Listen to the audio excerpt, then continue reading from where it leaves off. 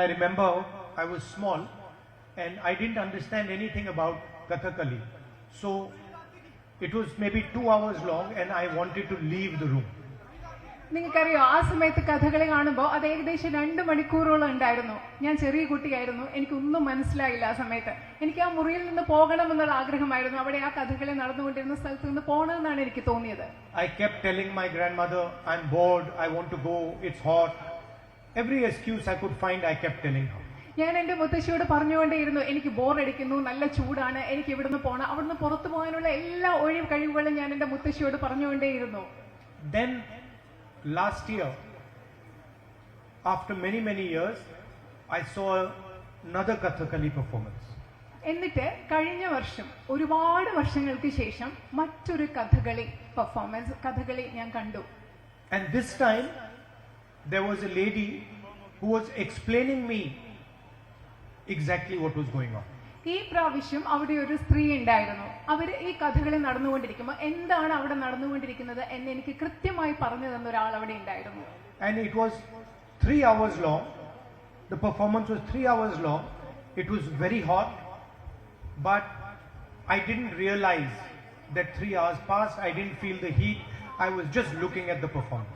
അത് മാത്രമല്ല, നേരത്തെ 2 പ്രാവശ്യമായിരുന്നു ആ കഥകളി ഉണ്ടായിരുന്നെങ്കിൽ ഇത് 3 മണിക്കൂറുകളോളം നീണ്ടു. പക്ഷെ എനിക്ക് സമയം പോയത് മനസ്സിലാക്കാൻ തോന്നിയില്ല. എനിക്ക് സമയം പോയത് ഞാൻ അറിഞ്ഞില്ല. അവിടെ ചൂടായിരുന്നു എന്ന് എനിക്ക് മനസ്സിലായില്ല. കാരണം അത്ര മനോഹരമായിട്ടാണ് അത് പോയത്, ആ കഥകളി പെർഫോമൻസ് നടന്നത്. And when I walked out of the performance last year, I was thinking to myself, how strange that when I was small, the same exact performance, I was bored, I was not interested, I was feeling hot. And now somebody has explained it to me and I'm not feeling hot. It is hotter now than it was then, but I'm not feeling hot. And 3 hours have passed as if it's 1 minute. അത് മാത്രമല്ല, അത് കഴിഞ്ഞപ്പോൾ ഞാൻ ചിന്തിക്കുകയായിരുന്നു, പണ്ട് ഞാൻ കണ്ട ഇതേ കഥകളി അത് അന്ന് കണ്ടപ്പോൾ എനിക്കൊന്നും മനസ്സിലായില്ല. ഭയങ്കര ചൂടായിട്ട് തോന്നി, എനിക്ക് അവിടെ നിന്ന് ഇറങ്ങിപ്പോകാൻ തുടങ്ങി. പക്ഷെ ഇതേ കാര്യം ഈ വർഷങ്ങൾക്ക് ശേഷം കഴിഞ്ഞ വർഷം കണ്ടപ്പോൾ അത് 3 മണിക്കൂർ ഉണ്ടായിരുന്നു, സമയം കൂടുതലായിരുന്നു, കൂടുതൽ ചൂടുണ്ടായിരുന്നു. പക്ഷെ ആരോ എനിക്ക് മനസ്സിലാക്കി തന്നപ്പോൾ മുമ്പ് തോന്നിയതൊന്നും എനിക്കിന്ന് തോന്നിയില്ല. And the difference was that this time I understood that this is the tradition, the voice, the expression of the people of Kerala. നിങ്ങൾക്കറിയാമോ ആ വ്യത്യാസം എന്തായിരുന്നു എന്ന്? കാരണം കഴിഞ്ഞ പ്രാവശ്യം, 2ാമത്തെ പ്രാവശ്യം കഥകളി കണ്ടപ്പോൾ എനിക്ക് മനസ്സിലായി അത് കേരളത്തിന്റെ പാരമ്പര്യമാണ്, കേരളത്തിന്റെ ശബ്ദമാണ്, കേരളത്തിലെ ജനങ്ങളുടെ ആശയ പ്രകാശനത്തിന്റെ ഒരു മാർഗമാണ് ഈ കഥകളി എന്ന് എനിക്ക് മനസ്സിലായതുകൊണ്ട് കഴിഞ്ഞ പ്രാവശ്യം എനിക്ക് അതിനെക്കുറിച്ച് ബോറടിച്ചില്ല. The first time it was just a dance. The second time it was the voice of millions of people. It was the history of millions of people. It was the expression of millions of people. ഞാൻ ആദ്യത്തെ പ്രാവശ്യം കഥകളി കണ്ടപ്പോൾ എനിക്കതൊരു നൃത്തരൂപം മാത്രമായിരുന്നു. എന്നാൽ 2ാമത്തെ പ്രാവശ്യം കഥകളി കണ്ടപ്പോൾ കേരളത്തിലെ ദശലക്ഷക്കണക്കിന് ആളുകളുടെ ചരിത്രമായിരുന്നു അത്. എന്നെ സംബന്ധിച്ചിടത്തോളം കേരളത്തിലെ ദശലക്ഷക്കണക്കിന് ആളുകളുടെ ശബ്ദമായിരുന്നു ഞാൻ 2ാമത് കണ്ട ആ Kathakali. And each state of our country has these traditions, has its own language, has its own history, has its own expression. അതുപോലെ തന്നെ ഈ രാജ്യത്തെ ഓരോ സംസ്ഥാനത്തിനും അതിൻ്റെതായ പാരമ്പര്യമുണ്ട്, അതിൻ്റെതായ ചരിത്രമുണ്ട്, അതിൻ്റെതായ ഭാഷയുണ്ട്, അതിൻ്റെതായ സംസ്കാരമുണ്ട്, അതിൻ്റെതായ ആശയപ്രകാശന രീതിയുണ്ട്. There is Malayalam, there is Tamil, there is Bengali, there is Gujarati. There are many different languages, many different dances, many different histories in this country. ഇവിടെ മലയാളമുണ്ട്, ബംഗാളിയുണ്ട്, തമിഴ് ഭാഷയുണ്ട്, ഗുജറാത്തിയുണ്ട്, പലവിധ നൃത്തരൂപങ്ങളുണ്ട്, പലവിധ പാരമ്പര്യങ്ങളുണ്ട്, പലവിധ ചരിത്രങ്ങളുണ്ട്. ഇതെല്ലാം നമ്മുടെ രാജ്യത്ത് നിലനിൽക്കുന്നുണ്ട്. And every single tradition, history is protected by the Constitution of India. ഈ രാജ്യത്തെ ഓരോ ചരിത്രത്തെയും ഓരോ പാരമ്പര്യത്തെയും സംരക്ഷിക്കുന്നത് എന്റെ കയ്യിലുള്ള ഭാരതത്തിന്റെ ഭരണഘടനയാണ്. So the fact that the people of Kerala and the people of India can enjoy Kathakali, can listen to Malayalam, can eat Kerala food is all protected by this. നിങ്ങൾക്കറിയാമോ, കേരളത്തിലെ ജനങ്ങൾക്ക് കഥകളി ആസ്വദിക്കാൻ സാധിക്കും, മലയാളം സംസാരിക്കാൻ സാധിക്കും, ഇഷ്ടമുള്ളത് ചെയ്യാൻ സാധിക്കും. ആ അവകാശങ്ങളെ എല്ലാം സംരക്ഷിക്കുന്നത് ഭാരതത്തിന്റെ ഭരണഘടനയാണ്. And if this was gone, then somebody can come to Kerala and say, we do not want you to speak Malayalam. ഈ ഭരണഘടന ഈ രാജ്യത്തില്ലാതായാൽ, ഈ രാജ്യത്തിലേക്ക്, കേരളത്തിലേക്ക് ഒരാൾക്ക് വന്ന് ആർക്ക് വേണമെങ്കിലും അത് പറയാം, നിങ്ങൾ മലയാളം സംസാരിക്കേണ്ട എന്ന് പറയാൻ സാധിക്കും. We do not want you to have dosa for breakfast. നിങ്ങൾ പ്രഭാത ഭക്ഷണമായി ദോശ കഴിക്കേണ്ട എന്ന് കേരളത്തിലേക്ക് വന്ന ആളുകൾക്ക് പറയാൻ സാധിക്കും, ഈ ഭരണഘടന ഇവിടെ ഇല്ലാതായാൽ. Or we don't like this particular tradition of yours. നിങ്ങളുടെ ഒരു പ്രത്യേക പാരമ്പര്യം ഞങ്ങൾക്ക് ഇഷ്ടമല്ല എന്ന് ആർക്കെങ്കിലും കേരളത്തിൽ വന്ന് പറയാൻ സാധിക്കും, ഈ ഭരണഘടന ഇവിടെ ഇല്ലാതായാൽ. And the fight in this election was about the constitution. ഈ തെരഞ്ഞെടുപ്പിൽ നടന്ന പോരാട്ടം എന്ന് പറയുന്നത് ഈ ഭരണഘടനയെ കുറിച്ചുള്ള പോരാട്ടമാണ് ഈ തെരഞ്ഞെടുപ്പിൽ ഇവിടെ നടന്നത്. And it was on one side millions of Indian people saying that we want our tradition, we believe in our language, we believe in our culture, we believe in our history, and we will define our future. ഒരു ഭാഗത്ത്, ഈ പോരാട്ടത്തിൽ ഒരു ഭാഗത്തുള്ള ആളുകൾ പറഞ്ഞത് എന്താണ്? ഞങ്ങൾക്ക് ഞങ്ങളുടെ പാരമ്പര്യം വേണം, ഞങ്ങൾക്ക് ഞങ്ങളുടെ ചരിത്രം വേണം, ഞങ്ങൾക്ക് ഞങ്ങളുടെ ഭാഷ വേണം, ഞങ്ങൾക്ക് ഞങ്ങളുടെ സംസ്കാരം വേണം, ഞങ്ങളുടെ ഭാവി എന്തെന്ന് ഞങ്ങൾ തീരുമാനിക്കും, ഞങ്ങൾ അതിനെ നിർവചിക്കും എന്ന് പറഞ്ഞ ഒരു കൂട്ടം ആളുകളാണ് ഈ തെരഞ്ഞെടുപ്പിൽ ഒരു ഭാഗത്ത് നിന്ന് പോരാട്ടം നടത്തിയത്. And on the other side, the Prime Minister and Mr. Amit Shah,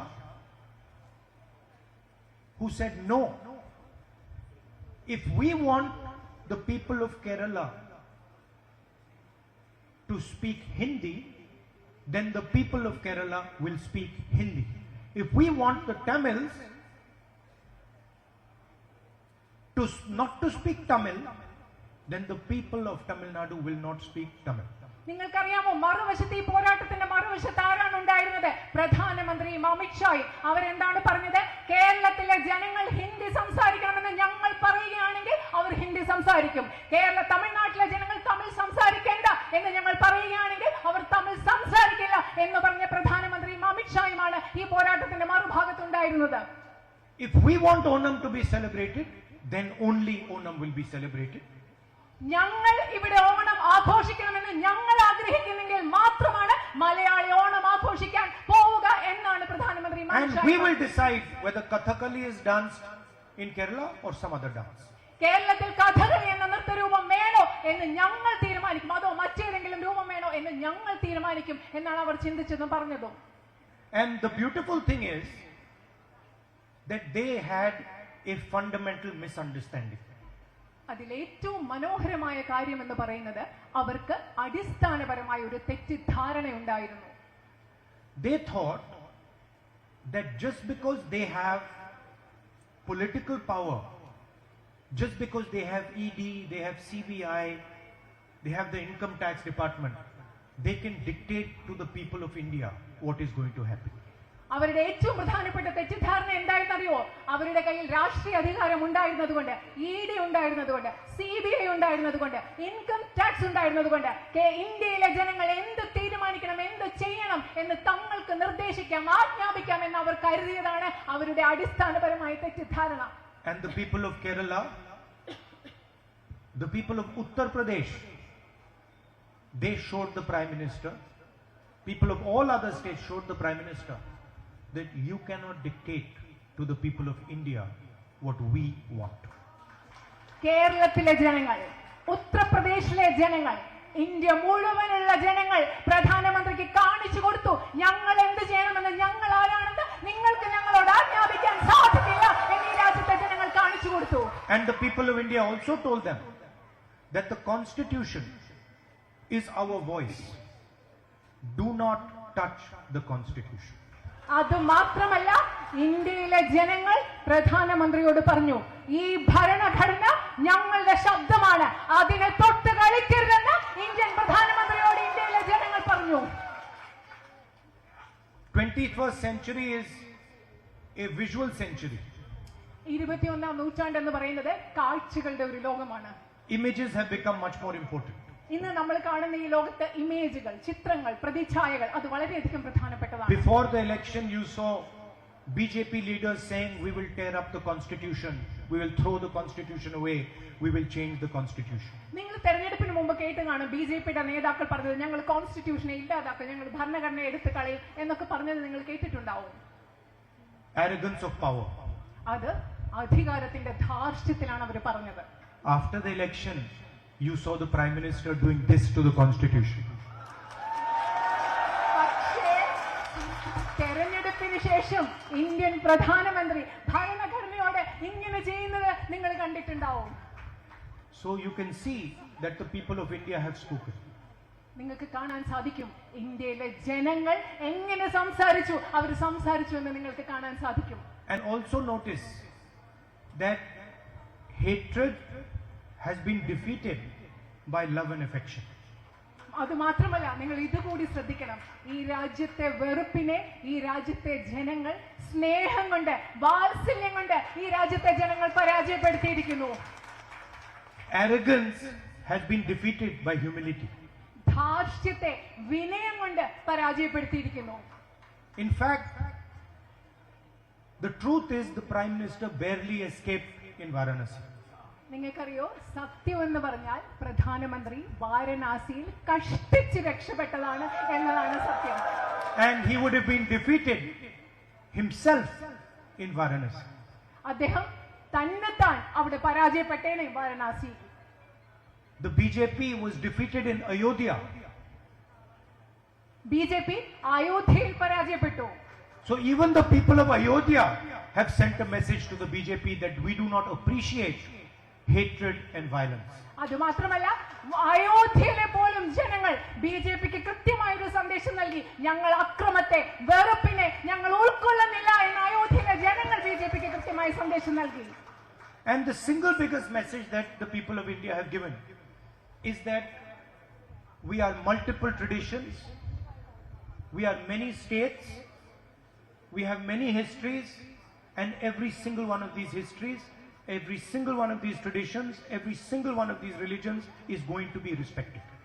ഈ രാജ്യത്തെ ജനങ്ങൾ നൽകിയ ഏറ്റവും പ്രധാനപ്പെട്ട സന്ദേശം, ബിജെപിക്ക് നൽകിയ ഏറ്റവും പ്രധാനപ്പെട്ട സന്ദേശം എന്ന് പറയുന്നത്, ഞങ്ങൾ വ്യത്യസ്ത സംസ്കാരങ്ങളാണ്, ഞങ്ങൾ വ്യത്യസ്ത പാരമ്പര്യങ്ങളാണ്, ഞങ്ങൾ വ്യത്യസ്ത ഭാഷകളാണ്, ഞങ്ങൾ വ്യത്യസ്ത സംസ്ഥാനങ്ങളാണ്, ഞങ്ങൾ വ്യത്യസ്ത മതങ്ങളാണ്.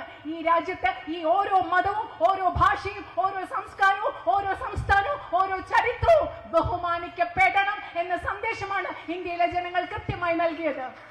I can tell you that the government that has been formed in Delhi is a crippled government. ഞാൻ പറയാം നിങ്ങളോട്, ഇന്ന് ഡൽഹിയിൽ ഉണ്ടായിരിക്കുന്ന ഒരു ഗവൺമെന്റ് സമ്പൂർണമായ ഒരു ഗവൺമെന്റ് അല്ല, പ്രശ്നങ്ങളുള്ള ഒരു ഗവൺമെന്റ് തന്നെയാണ്.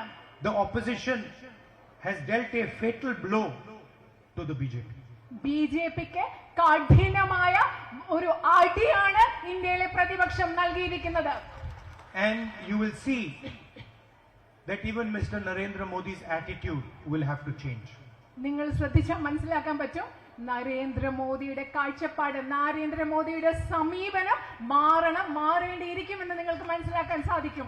Because the people of India have sent him a clear message. കാരണം ഇന്ത്യയിലെ ജനങ്ങൾ അദ്ദേഹത്തിന് കൃത്യമായ ഒരു സന്ദേശം നൽകിയിട്ടുണ്ട്. From our perspective, our role of opposition will continue. നമ്മുടെ കാഴ്ചപ്പാടിൽ നിന്ന് പ്രതിപക്ഷം എന്ന രീതിയിൽ നമ്മുടെ പങ്ക്, ഉത്തരവാദിത്വം അത് തുടർന്നുകൊണ്ടിരിക്കും. We proposed an alternative vision for the people of India, a pro-poor, compassionate vision, and we will fight for that vision.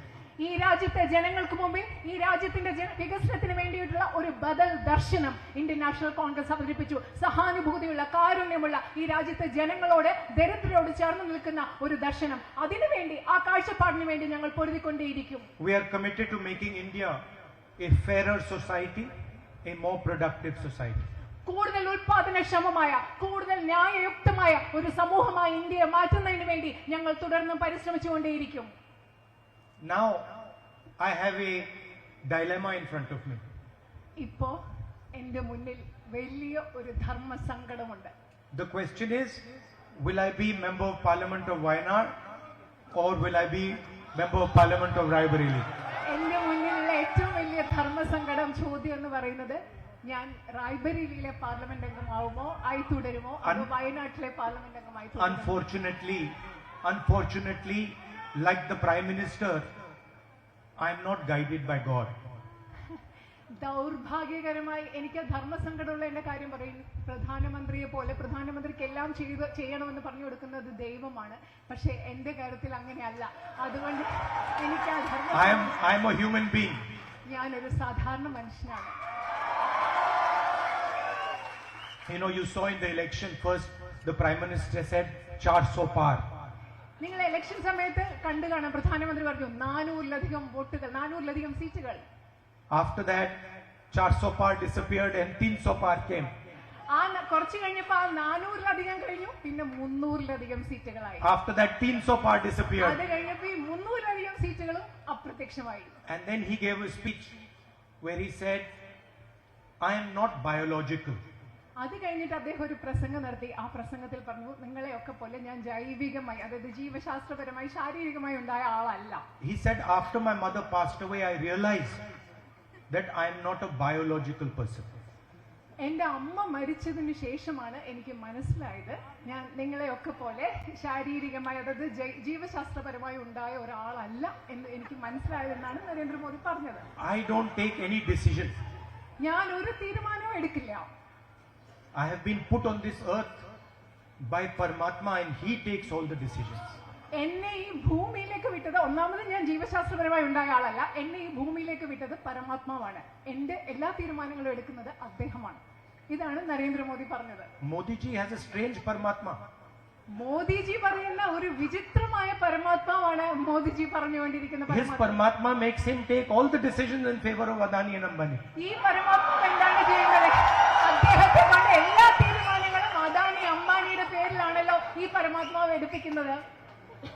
Paramatma tells him, Narendra Modi ji, this morning you are going to give Bombay airport to Adani. പരമാത്മാവ് അദ്ദേഹത്തോട് ഒരു രാവിലെ പറയുന്നു, ഇന്ന് രാവിലെ നിങ്ങൾ ബോംബെ വിമാനത്താവളം അദാനിക്ക് കൊടുക്കൂ. Okay, now you give Bombay, now you give Lucknow.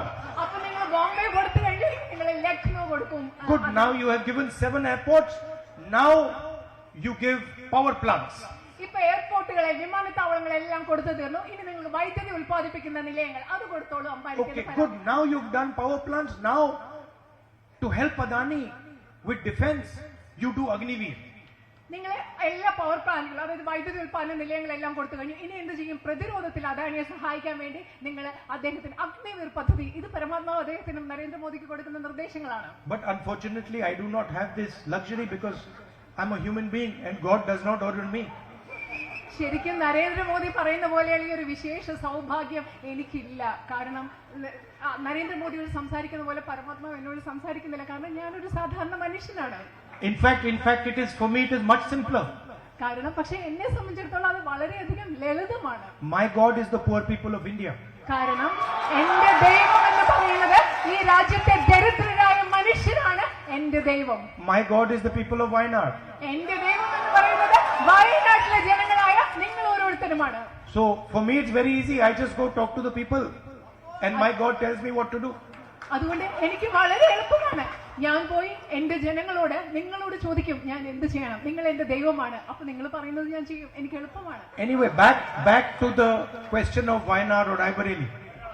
അതുകൊണ്ട് വീണ്ടും ആ ചോദ്യം വരികയാണ്, വയനാടാണോ റായ്ബറേലിയാണോ? ആ ചോദ്യം ഞാൻ ഇവിടെ ചോദിക്കുകയാണ്. What I will commit to you is that both Wayanad and Amethi and Raebareli will be happy with my decision.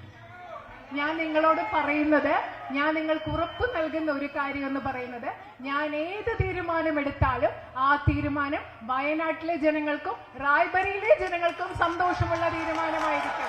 Once again, thank you very much for your love and your affection, for your support and for all the energy that you gave me in this difficult period. ഒരിക്കൽ കൂടി നിങ്ങളുടെ എല്ലാ സ്നേഹത്തിനും, നിങ്ങളുടെ എല്ലാ വാത്സല്യത്തിനും, നിങ്ങളുടെ എല്ലാ പിന്തുണയ്ക്കും, അതുപോലെ തന്നെ ബുദ്ധിമുട്ടുള്ള ഈ കാലഘട്ടത്തിൽ നിങ്ങൾ എനിക്ക് നൽകിയ എല്ലാ ഊർജത്തിനും ഞാൻ ഒരിക്കൽ കൂടി നിങ്ങളോട് നന്ദി പറയുന്നു. And I look forward to seeing you again soon. നിങ്ങളെ വളരെ വേഗം വീണ്ടും കാണുന്നതിൽ ഞാൻ ആഗ്രഹിക്കുന്നു. Thank you. നന്ദി.